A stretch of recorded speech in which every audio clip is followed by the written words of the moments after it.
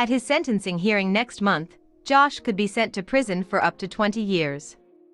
We hope those who were harmed by his actions can find comfort in the knowledge that he won't be able to hurt anyone else for a very long time. But for many of Josh's first victims, the news might be bittersweet.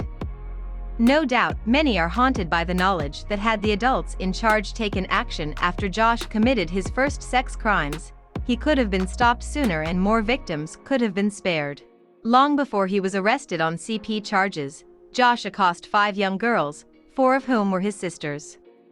Parents Jim Bob and Michelle Duggar helped Josh avoid prosecution, and for years, they managed to keep his crimes hidden from outsiders.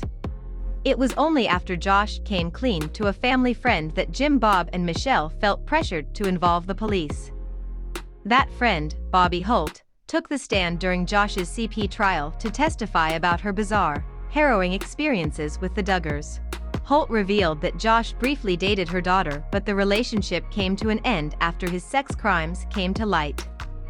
She says that Josh would still visit the Holt family on occasion, as the teens still liked each other and were hoping to still be married one day. As time went on, Josh came to see Bobby and her husband as confidants, and he opened up to them about the details of his crimes.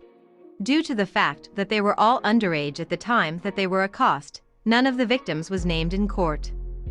He said that he went to Jane Doe 1 as she was sleeping and that he was going up underneath her blankets to start to touch her and that she woke up and hit him, Holt said under oath, according to court documents obtained by UK tabloid The Sun. He told me she snitched on him, is the first that we've heard of Josh's victims attempting to ward off the attacks and requesting that their parents intervene. The Duggars had previously claimed that Josh accosted his sisters while they were sleeping, and the victims did not become aware of his crimes until later.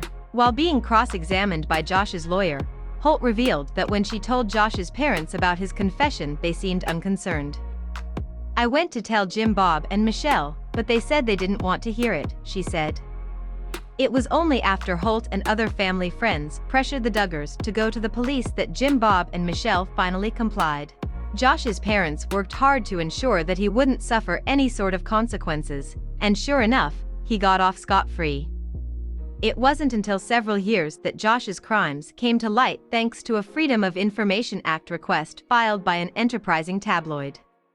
The Duggars were forced to come clean after that, but prior to Holt's testimony, they did a very good job of controlling the narrative and minimizing Josh's attacks against his sisters.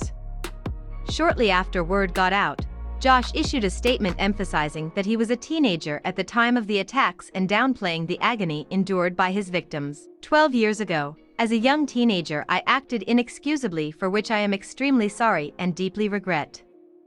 I hurt others, including my family and close friends, Josh wrote at the time. I confessed this to my parents, who took several steps to help me address the situation, he continued. We spoke with the authorities where I confessed my wrongdoing, and my parents arranged for me and those affected by my actions to receive counseling. P doesn't mention is that the 4 sisters whom he accosted were forced to continue sleeping under the same roof as their attacker. He can only imagine the terror they felt.